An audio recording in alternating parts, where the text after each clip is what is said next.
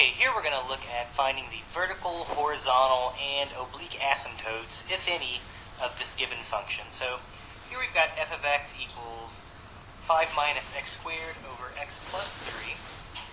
So the first thing I'm going to do is, I guess let's start off thinking maybe about vertical asymptotes, since that's what it talks about first. So I'm going to think, are there any vertical asymptotes? Well, again, what we try to do is we try to factor down our rational function and see if there are any common factors in the numerator and denominator, and if so, we cancel them. Technically the numerator does factor. It's actually a difference of perfect squares. So we can actually write that as the square root of 5 minus x times the square root of 5 plus x all over x plus 3.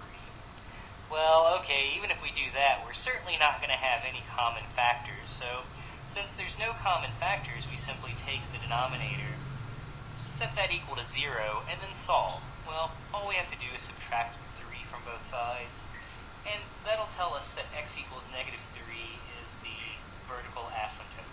And in this case, the only one.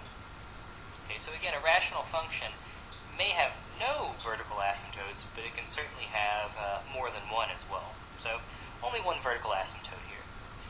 Okay, so horizontal asymptotes. Horizontal asymptotes only occur if the degree of the numerator equals the degree of the denominator.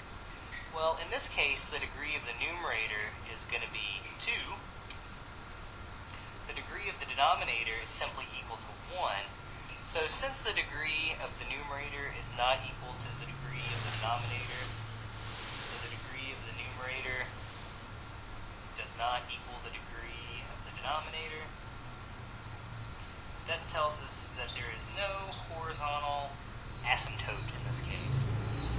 But if the degree of the numerator is exactly 1 larger than the degree of the denominator, there is going to be an oblique asymptote. So if the degree of the numerator is the degree